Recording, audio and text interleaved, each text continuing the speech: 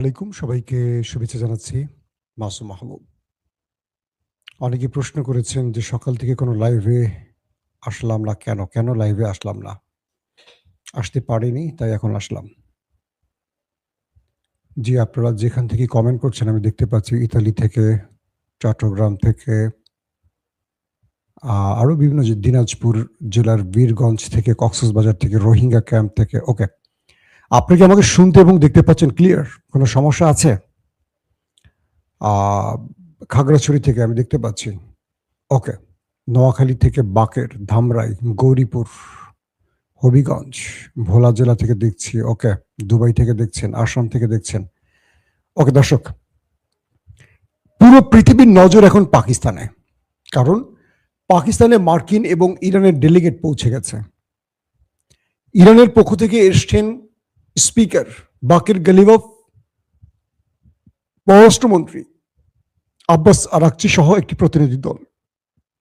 নেতৃত্ব দিবেন স্পিকার বাকের গালিবফ। মার্কিন যুক্তরাষ্ট্র থেকে এসছেন ভাইস প্রেসিডেন্ট জেডি ভেন্স, ট্রাম্পের উপদেষ্টা ভার্সেস তার মেয়ে জামাই মানে জামাতা জেরার্ড কুশনার, রয়েছেন স্টিভ উইটকফ। মার্কিন যুক্তরাষ্ট্র থেকে ৩ জন গুরুত্বপূর্ণ অফিসিয়াল, আর ইরান থেকে 2 জন স্পিকার এবং পররাষ্ট্রমন্ত্রী। ইরান এই বৈঠকের আগেই আমেরিকাকে একটি প্রেসার তৈরি করে দিয়েছে যে এই বৈঠক হবে কি হবে না এটা ইরান চিন্তা করছে। আমরা এসছি, প্রয়োজনে চা খাবো।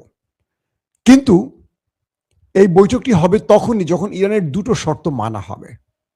প্রথম শর্ত হলো ইসরায়েলকে অবশ্যই লেবাননে হামলা বন্ধ করতে হবে। যতক্ষণ হামলা বন্ধ না হবে ততক্ষণ এই বৈঠক হবে না।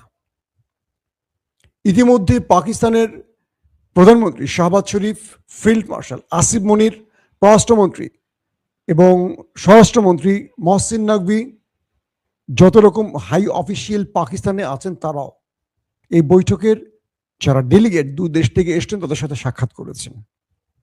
এই মুহূর্তে শাহবাজ শরীফের কি বলবো দুপুরের খাবারের আমন্ত্রণে আছেন এই 2 পক্ষ। বলা হচ্ছে এর পরের সেশনটি হবে ফিল্ড মার্শাল আসিফ মনিরের ডিনার অথবা নেক্সট কোনো খাবার মেনু। অর্থাৎ প্রথম বৈঠকটি হচ্ছে শাহবাজ শরীফের নেতৃত্বে তার আমন্ত্রণে, দ্বিতীয়টি হবে শাহবাজ শরীফের আমন্ত্রণে, দুঃখিত, ফিল্ড মার্শাল আসিফ মনিরের আমন্ত্রণে। কিন্তু ইরান আর আমেরিকার মধ্যে লাইভটি যখন শুরু করছি তখন পর্যন্ত বৈঠক মানে মূল যে বৈঠক সেটি শুরু হয়নি। স্টিভ উইটকফ, জেরার্ড কুশনার, এই দুজনকে আপনারা কম বেশি যারা জানেন তারা জানেন যে এরা দুজনেই ইসরায়েলপন্থী ব্যক্তি। ডেভিড কুশনার তো সরাসরি ইসরায়েল বা ইহুদি বংশোদ্ভূত বলা হয়। ট্রাম্পের জামাতা, ট্রাম্পকে এই বিষয়ে সবচেয়ে বেশি টেনে আনছেন তিনি। তবে মার্কিন যুক্তরাষ্ট্রের 3 জন যে ব্যক্তি, একজন হলো জেডি ভেন্স, স্টিভ উইটকফ এবং জেরার্ড কুশনার, এই 3 জনের মধ্যে 2 জনই হলেন ইসরায়েলপন্থী, উইটকফ এবং কুশনার। জেডি ভেন্স তিনি ইসরায়েলপন্থী নন এবং এই যুদ্ধের শুরু থেকেই তার বক্তব্যে মনে হয়েছে তিনি যুদ্ধের পক্ষের লোক নন। তবে সাম্প্রতিক তার বক্তব্যটি একটু এলোমেলো হয়েছে বা ট্রাম্পের পক্ষে চলে গেছে, যেহেতু ট্রাম্পের তিনি ভাইস প্রেসিডেন্ট। ভার্জিনিয়ায় ট্রাম্প পা রাখলেন আজকে। সেখানে সাংবাদিকরা তাকে প্রশ্ন করলেন ইরানের কাছ থেকে আপনি কি চান, কারণ ইরান ইতিমধ্যে 10টি শর্ত জুড়ে দিয়েছে আমেরিকাকে। কিন্তু আমেরিকা নিজস্ব মানে তারা এরকম লিখিত কোনো শর্ত এখনো দেয়নি। বিভিন্ন সময় প্রেস কনফারেন্সে তারা অনেক কথা বলেছে। তো এই মুহূর্তে মানে ট্রাম্পের লেটেস্ট সবচেয়ে লাস্ট যে বক্তব্যটি পেলাম, তিনি বিমানবন্দরে নেমে হাঁটা শুরু করলেন। সাংবাদিকরা ভার্জিনিয়া তাকে প্রশ্ন করেছে যে আপনি ইরানের কাছ থেকে কি চান।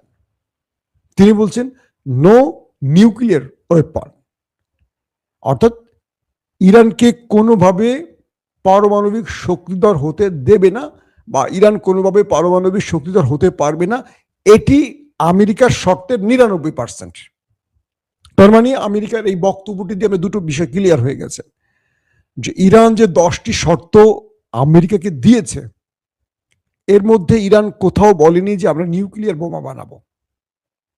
আর আমেরিকা বলছে নো নিউক্লিয়ার ওয়েপন। কে বলছেন? President Trump. তার মানে যদি এই আলোচনাটাকে স্থায়ীভাবে একটা ভিত্তি দেওয়ার চেষ্টা করা হয় তাহলে সম্ভব। কারণ ইরান যে 10টি চুক্তি করেছে তার মধ্যে বলা আছে তারা শান্তিপূর্ণ নিউক্লিয়ার প্রজেক্ট এগিয়ে নেবে। সেটা কি? বিদ্যুৎ, স্বাস্থ্যসেবা মানে চিকিৎসা সহ যেগুলো প্রয়োজনীয় বিষয় সেখানে। ইরান কিন্তু একবারও বলেনি যে আমরা নিউক্লিয়ার বোমা বানাবো।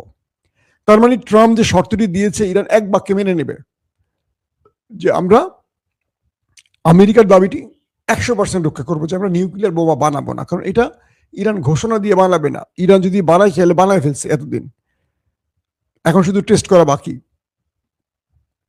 আর যদি ইরান না বানিয়ে থাকে তাহলে বানিয়ে ফেলবে। এটা আমেরিকাকে বলে করে কিছু করা লাগবে না, কারণ বানিয়ে ফেলার পর আর আমেরিকা কিচ্ছু করতে পারবে না। এটা লুকোচুরি করে বানাতে হবে, এটা ঘোষণা দিয়ে বানাবে না। তাহলে আমেরিকা ইরানকে আর কোনো শর্ত দিচ্ছে না আপাতত, লাস্ট ট্রাম্পের বক্তব্য অনুসারে। ইরান চাইছে কি? ইরান চাচ্ছে বেশ গুরুত্বপূর্ণ যেগুলো, এক, তাদের রাষ্ট্রে যে হিট করেছে, যুদ্ধ চলছিল 40 দিন, সকল ক্ষতিপূরণ। 2 নম্বর, গালফ থেকে আমেরিকাকে চলে যেতে হবে, আরবে থাকতে পারবে না। 3 নম্বর, ইরানের উপর নিষেধাজ্ঞা যে ছিল সেই নিষেধাজ্ঞা প্রত্যাহার করতে হবে, ইরান তার মতো এখন ব্যবসা বাণিজ্য করবে। 4 নম্বর, ইরানের যে টাকাগুলো ব্যাংকে জমা আছে, অর্থাৎ আপনারা জানেন যে ইরান যে তেল বিক্রি করছে বা তার জ্বালানি বা গ্যাস বিক্রি করেছে, এই টাকাগুলো ইরান ঠিকমতো পায়নি। পৃথিবীর বিভিন্ন ব্যাংকে ইরানের 100 থেকে 120 বা তারও বেশি বলা হচ্ছে 140-এর মতো 140 বিলিয়ন মার্কিন ডলার ইরানের আটকা পড়েছে। 140 বিলিয়ন কল্পনা করতে পারেন? বাংলাদেশের ফুল রিজার্ভে বোধহয় কত 16 থেকে 19 বিলিয়ন ডলার আছে বাংলাদেশের একটা রাষ্ট্রের ফুল রিজার্ভে। আর ইরানের বাইরের দেশে আটকা পড়েছে 120 থেকে 140 বিলিয়ন মার্কিন ডলার। এই টাকাটা ইরানের হাতে আসলে বুঝতে পারছেন ইরান আমেরিকার কি বলে সৌদি আরবকে টেক্কা দিয়ে চলে যাবে। অর্থাৎ ইরান যদি হরমুজ প্রণালীতে যে দাবিটি করেছে তারা এখন টোল আদায় করবে। প্রতি বছরে ইরান প্রায় ধরে নিলাম একদম কম 100 থেকে 150 বিলিয়ন মার্কিন ডলার আয় করবে প্রতি বছর। এটা এক্সট্রা আয় তাদের, মানে এই আয়টা তাদের কিচ্ছু করতে হবে না, শুধু হরমুজ প্রণালীতে বসে থাকবে, জাহাজের থেকে টোল নেবে, এইটা যোগ হয়ে যাবে ইরানের। তার মানে ইরানের অর্থনীতি ঘুরে চলে যাবে, অন্যদিকে চলে যাবে এখন।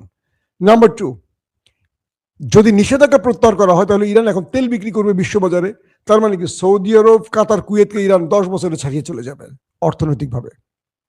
তো এখন যে বিষয়টি তৈরি হয়েছে, ইরান মানসিকভাবে আমেরিকাকে চাপে ফেলতে প্রথমেই বলছে এই বৈঠক হবে কি হবে না নির্ধারণ করব আমরা আসছি, প্রয়োজনে পাকিস্তানের চাটা খেয়ে চলে যাব। আগে আমাদের প্রথম দুটো দাবি রাখতে হবে। প্রথম দাবিটি হলো ইসরায়েলকে লেবাননে হামলা বন্ধ করতে হবে। বলা হচ্ছে ট্রাম্প ইসরায়েলকে বলেছেন ফোন করে হামলা বন্ধ করতে, এইটুকু পর্যন্ত আমি জানি। এবং এখন পর্যন্ত লাস্ট আপডেট হামলার খবর কিছু সময়ের জন্য এখনো পাইনি যে ইসরায়েল লেবাননে হামলা করছে বা এরকম কোনো খবর পাইনি। এর মাধ্যমে ইরান আমেরিকাকে প্রথম খেলাই মানসিকভাবে চাপে ফেলে আলোচনার বসাচ্ছে যে প্রথমেই তুমি আমার দাবি মেনে আসছো, তার মানে আমি অন করছি, তুমি ফেল করছো। নাম্বার 2, যদি ইরান তার শর্তের গুরুত্বপূর্ণ যে শর্তগুলো, কিছু শর্ত হয়তো ইরান ছাড়বে কিন্তু মূল শর্ত একটাও ইরান ছাড়বে না, তাহলে কি হবে? দুই পক্ষ আবার লড়াইয়ের ময়দানে চলে যাবে এমন ঘোষণা আসছে। ইরান বলছে ট্রিগারে হাত, আমেরিকা বলছে ওরা ইরানকে এই সভ্যতা থেকে মুছে ফেলবো। এখন আমেরিকা মুছতে পারবে কিনা আর ইরান কি করতে পারবে সেটা পরের বিষয়, কিন্তু এই যুদ্ধটা আবার শুরু হোক এটা আমেরিকাও চায় না, ইরান তো নাই। দেখেন আজকে খুব ইন্টারেস্টিং একটা ব্যাপার হয়েছে। বাকের গালিবাফ, ইরানের যিনি স্পিকার, তিনি যে বিমানটিতে এসছেন ইরান থেকে পাকিস্তানে, সে বিমানটির মধ্যে সকল সিট খালি রেখে বাচ্চাদের ছবি লাগানো ছিল। এই বাচ্চারা হলো আমেরিকা ইসরায়েলের হামলায় পাকিস্তানে যেসব বাচ্চারা শহীদ হয়েছে তাদের ছবি লাগানো। তিনি এই ছবিটি সোশ্যাল মিডিয়া দিয়ে খুব করুণ একটি পোস্ট করেছেন। চিন্তা করা যায় ইরানে 150 থেকে 200 মতো শিশুকে ওই দেশটি একদম টার্গেটে হিট করে মেরেছে। গাজায় যেমন ওরা মারতে পারে, ইরানে মেরেছে। ওদের শিশুদের প্রতি এত রাগ ক্ষোভ কেন? পুরো পৃথিবী দেখছে এটা নিয়ে। কি বলবো, একটা আমরা প্রতিবাদ, বাংলাদেশ একটা শক্ত প্রতিবাদও জানায়নি। আমরা নাকি স্বাধীন গণতান্ত্রিক ডেমোক্রেসি কি কনস্টিটিউশন। আরে ভারী ভারী কথা পার্লামেন্টে শুনি আর ঘৃণা লাগে আমাদের। আমরা এখন বুঝতে পারছি না বাংলাদেশের আসলে প্রধানমন্ত্রীকে। পার্লামেন্টে যাকে দেখছি তিনি কথা বলছেন না, শুধু হাসছেন আর তালি দিচ্ছেন আর টেবিল চাপড়াচ্ছেন। তাকে তো আমরা বাংলাদেশের কি বলবো আগামী দিনের একজন কিং মেকার মনে করছি। তিনি কেন চুপ? যাকে বলা হচ্ছে অন্য দেশের প্রেসক্রিপশনে চলছেন, তাকে কেন সুপ্রিম ক্ষমতা দেয়া হয়ে গেছে? এগুলো নিয়ে প্রশ্ন আসছে, তার এই জবাবগুলো আমরা খুব আশা করি তার কাছ থেকে। তো বাংলাদেশ ইরানের এই শিশু হত্যা বা নারী হত্যার বিষয়ে একটা শক্ত প্রতিবাদ করতে পারেনি। এটা আমাদের জন্য লজ্জার। তার মানে আমরা স্বাধীন হইনি, এটি স্পষ্ট হয়ে গেছে। কেউ যদি স্বাধীন বলেন তাকে বলে দিবেন যে আমরা স্বাধীন হইনি, আমরা এখনো ওদের ইচ্ছায় চলি। আসেন তারপরের গুরুত্বপূর্ণ খবরটি কি। ইরান বলছে যে এই আলোচনায় একটি পথ খুলবে, সেটি হলো আমেরিকা কি চায়। কারণ ইরান যে দাবিগুলো করছে, এই দাবিগুলো ইরানের বৈধ অধিকার। যে কথাটি আমি শেষ করেছিলাম, 150 থেকে 200 শিশু যাদেরকে স্কুলে বোম্বিং করে হত্যা করেছে, তাদের প্রত্যেকের ছবি সেই বিমানটির সিটে ছবি লাগানো ছিল। এবং তাদের যে স্কুল ব্যাগ যেগুলো পুড়ে গেছে, ফুল, এই বাচ্চাদেরকে, ইরানের বাচ্চাদেরকে স্কুলে ফুল দেয়া হয়, সেই সিটগুলোতে ফুল রাখা হয়েছে। এদেরকে বলা হয় বেহেশতি ফুল। এই দৃশ্যটা যারা দেখেছে, পাকিস্তানে অনেকে দেখার সুযোগ পেয়েছে। এটা একটা প্রতিবাদ হিসেবে এটা ইরান করেছে, বুঝতে পারছেন? পুরো পৃথিবী যেন দেখে। প্রতিটা বাচ্চা, নিহত বাচ্চার ছবি বিমানের সিটে দেওয়া হয়েছে এবং পুরো পৃথিবী এটাকে দেখেছে। বাকের কালিবাব যখন এই ছবিটি দেখিয়েছেন সোশ্যাল মিডিয়ায়, পুরো পৃথিবী দেখেছে, এটাকে শিরোনাম করেছে খবরের। যে তথ্য এতদিন মানুষ অনেকেই জানতো না বা অনেকে আড়াল হয়ে গেছে যুদ্ধের কারণে, আজকে পুরো পৃথিবী দেখছে যে ইরানের এই শিশু নিষ্পাপ বাচ্চাগুলোকে কিভাবে নিষ্ঠুরের মতো মেরেছে ওরা। কিভাবে জবাব দিবেন মিস্টার ট্রাম্প, কিভাবে জবাব দিবেন মিস্টার নেতানিয়াহু? কারণ আমেরিকা ইসরায়েল যাই করেছে, ইরান কিন্তু কোনো সিভিলিয়ান মারেনি। চাইলে ইরান ওদের চেয়ে কয়েকগুণ বেশি মারতে পারত। যেই পরিমাণ মিসাইল ইরান মেরেছে, ইরান শত্রুকে টার্গেট করছে কারা? যারা যুদ্ধে সম্পৃক্ত, সেনা, সামরিক ঘাঁটি, বাংকার, যেখানে সেনা বাংকার, মানে সিভিলিয়ান বাংকার নয়, তাদের কি বলে রাডার সিস্টেম, তাদের প্রতিরক্ষা ব্যবস্থা, এগুলো ধ্বংস করেছে। পাওয়ার গ্রিড, এই জিনিস সিভিলিয়ানদের খুব কম মেলেছে। এই পর্যায়ে এখন আমেরিকা আর ইরান মুখোমুখি আছে।